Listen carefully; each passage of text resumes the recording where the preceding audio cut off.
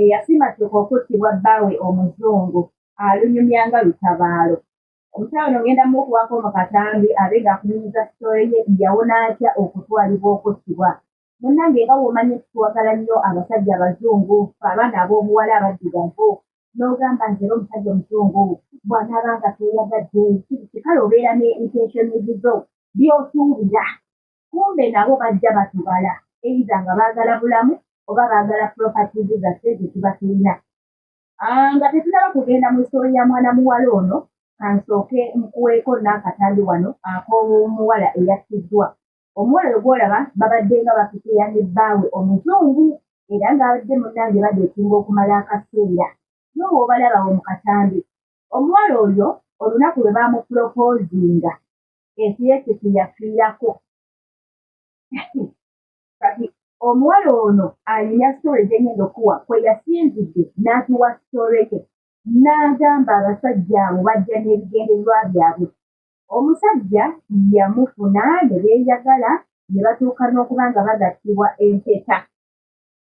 Mu kugattibwa empeta munnange omukyala ye nalowooza kati nfuusa official marriage tumusala mufumbo wa muzungu. Omuzungu nga lutya lunaku lumu ng'abala agamba omukyala ono nti munnange njagala nkutwaleko oveeko mu Uganda ogende owummulemukko okola nnyo. Kumbe yali ayagala kumujja mu Uganda kumutwala kumutta. Ogenda kulya butya bwe yasimattuka ogenda kutya ensi.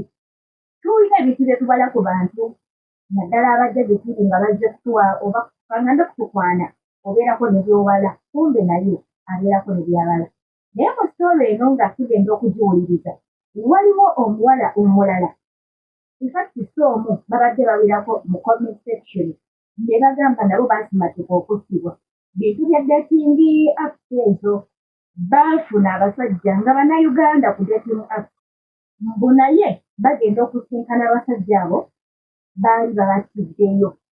So mukwano oba munnayuganda oba muzungu si bonna abali ku dating sites ezo nti bazze nga beetaaga love, beetaaga kutta, abamu bagenda kulagisa ddaaka, abalala beetaaga mitima, biki ebiwe bityo naye nga bayitirayo mu dating apps n'akukwana asobola n'obeera naawe omwaka mulambo oba myaka 2 ng'abalala n'akutta. Kati wulira ono baafumbirigana ne bagattibwa n'empeta naye yali amutwala kumutta kuba yali amwagalako property. Jjukira nga we kibeera nti mukyasinga buli omu n'ananya munne. Kati ndowooza omuwala ono yeeyogerako ninayo ekizimbe kyange kyentandise okuzimba biki. Omuzungu ndowooza n'atandikira awo omuwala we yali akomyeko oba we yamusanga ng'azimbyeko n'amuyambako. Kumbe omuzungu ayagala property kugitwala. Yali esizza mwana muwala. Kasooke mukuweeko ye kennyini akunyumiza sitoola eno naye baako ekyokuyiga tuli baana ba buwala abasinga ku ttani eno nsonga nja kuleeta nga vidiyo. Tugenda mu katambi ka mukyalo ono. Ono komenta oba folowa wange agambye nti naye yasurvivinga one I believe ategeeza muzungu osanga naye yali agenda musaanyaawo nga nange bwe baali bagenda okunsaanyaawo mu bintu by'ekisiru. Bannange we should be careful with online dating. I repeat, whether black or white, be careful with people you meet online. People are murderers, baatemula dda abantu gye tutaali. People are psycho. People are narcissistic. People have ill intentions towards other people. Eriyo omuntu nga yeye ekyawa nga tayagala kulaba muntu ali mu ssanyu. Nga bw'okulaba ng'okulaba vidiyo ng'ozina ng'okola ki? Bimuluma. Like I told you, by the way, nakola vidiyo eyo nembanyumiza ndooza y'ey'okusatu kuze napiininga. Omuli part 2, how I survived the planned murder in Greece. Ate nze munnange ayagala ogendako Santorini ekibuga ekyeru ekitukulanga amata. Yangamba don't worry, your dream has come true. Ku luno nzirayo naawe munnange era njagala weetegeke noonya visa. Nasooka ne ntyamu kuba bye twaliko project yaffe yali tennaggwa bulungi ze nga njagala buli kimu ndeke nga kiri set. Ndyoke ngende mpumule lumu. Nemugamba naye waki ontwala kati? Can't we wait until maybe next year nga buli kimu kiwedde? Nagamba no, I want to take you now. You have overworked. It's time to rest. You need to rest. Njagala kutwala ate by the way ne mutabani wange akwagala nnyo alaba bwenfaanana n'engeri gye najjamu mu Africa. Ate kati nakyuka ondabiridde alina n'ebirabo by'ayagala okuwa. Nabirowoozaamu ne ngamba munnange birimu n'ebirabo ate birimu n'okubeera nga bantwale Santorini. Kaŋŋende omusajja tagamba nti simwagala kuba nze nali mu true love. Era senga saali mu true love sandimukiriza kumpasa mpita. Munnange nga ngoba ku visa nga baginnyima nga tunoonya appointment okugendayo ntwaleyo mu meeting my application file nga bigaana online. Munnange nga twesitula nga tugenda nakasero ku French Embassy nga nti ndaba atandise okutabuka alowooza I don't put in efforts. Ne mugamba ngezezzaako buli kimu. Nze natuuka n'okusasula kafeeri eri awo ekabalagala. Bansindika gayi ne bangamba oyo kafulu mu kubooking appointments z'embassy. Ne musimbula ekyaga kyabiri. Wallahi appointment nga tewali n'emu ng'ennaku zonna zijjudde okuva mu June 2022 paka December wa 2022. Nga nebigaana. Munnange nga mugamba kati no munnange gwe oboloza sifaayo tugende ku embassy tubuuze why am I not even getting a visa appointment slot. Bwe twatuukawo twali naye ne batugamba balina work backlog bwe bakiyita ebyava mu COVID. Jjukira tuli mu 2022 COVID yakagwa mu 2021. Kati mbu nga bayina files nyingi zebagala osooka okkiriyalinga balyoke bakkirize new applications.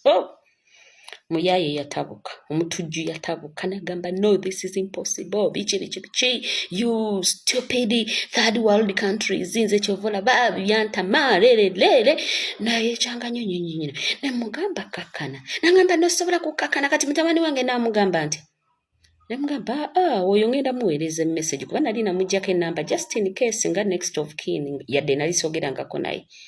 I got my phone nenkubira nempereza mutabani we message. Bannange message nagimuweereza ne mugamba bangambye olina n'ebirabo byange. I'm sorry nemereddwa okufuna visa this time but hopefully next year nja kujja ne daddy wo.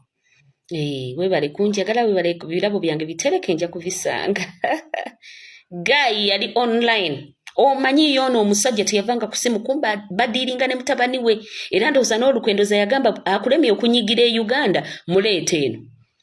Naye ng'ekyo kyonna kitutuukawo tuti property gye twaliko gye yansanga neetandikidde nga yegenda okuntemuza ng'agyetaaga yagala bajje muno ne mutabani we bajooge. God munnange nga mpeereza message mutabani we bannange yabakambaki. Omanyi okubanga omuntu ali online n'agibaka bubasi ne blue tickingirawo n'avumanza. Immediately nazira munankubira essimu nangamba ne boba wepanka ne bonokola otya we are coming for us, we have international lawyers simanyi tuyina abasomaliya bakwano baffe bichi we need that property oba oyagala oba teyagala. And I'm like wait a minute ebibadde bya vacation bitandise bityo okuyingira mu property. Nenkyukira omusajja ne mugamba wait a minute mubadde mugenda kunkola kinga ntuseeyo mbwa mmwe. Naye ng'ayogera nkyayogera sikankana pressure tezirinnye size zaali zinnuma already nga zirinnye. Bannanga abantu abamu they are psycho akuplaningira ekintu nga teyesise namu. Omusajja ne mutabukira ne ntandika amaziga nga gayika buyisigo kane mugamba why if you wanted the property mu kifo ky'okutwala obulamu ne mugamba tolumiriddwa nakaana kange akato, tolumiriddwa mwana wange omuto atayina taata. Alright, nkukolisaayo mu story ya mwana muwala oziwulidde naye oyizeemu ki mu story eno. Bannange nze nina ebintu byenjigira ebiseera ebisinga ku vidiyo z'abantu naddala abanga ebintu obyali bibatuuseeko. Mpuliriza story ningamba ne buli muntu ajja gye tuli nti ajjidde mu tuuba lyalaavu nti aba atwagala. Abantu abasinga bajja n'ebigendererwa byabwe. Imagine omuntu ne mubeera naye ne mutuuka n'okufumbirigano naye nga ye kyabala kukubbako pulopati ye gy'olina gye yakusanga nayo ng'era abala kukutta. omuwala ono single mother alina akaana ngera bw'omuwulidde ayogera mu vidiyo naye ng'omusajja bagamba nnyo nti abantu abo abeeru babeera nnyo nekisa naddala ku baana naye nga talina nakisa ku kaana ka mukazi ke yamusanga nako omuntu ng'anaakutta akuteekamu kyonna ekyo kiyige omuntu ng'anaakutta akuteekamu kyonna imagine bamupangira bamugye mu Uganda nti bamutuwala ka vacation naye nga bagenda kumutta ntiyize mu story eno naawe baako kyokomentingaawo ki kyolize mu story saanidde okubuuza Katonda mu buli kimu kye tugenda okukola ate nina ekintu ekirala kyenjize ekyokubiri nti buli kintu kyonna ebiseera ebisinga ekigaana si sitaani yaba akireese oluusi Katonda aba alina byakuziyiza omukyalo ono bamumma visa naye wuli omusajja yaliwo nga yateekamu buli kimu visa ne bagimumma yagireeyinga nga yagezangako okusindika application ne zirwawo okuba nga bamuwa bagiyita bw'osaba visa bakuwa appointment yes so yasindikanga application ne balwawo okumuwa appointment date ogenda ku visa interview naye nga bwe byonna nga owulidde abyogera amazima gali nti Mukama ye yali abikola asobole okutaasa obulamu bwa mwana muwala akaba kumutanda n'alinnya ennyonyi yali tasobola kudda nga mulamu yali tasobola njize nti si buli kintu kyonna ekibi ffe tetwandya ekibi ekijja nti sitaani yaba akireese oluusi Katonda yaba akiganyiza kibeewo ng'alina byakuziyiza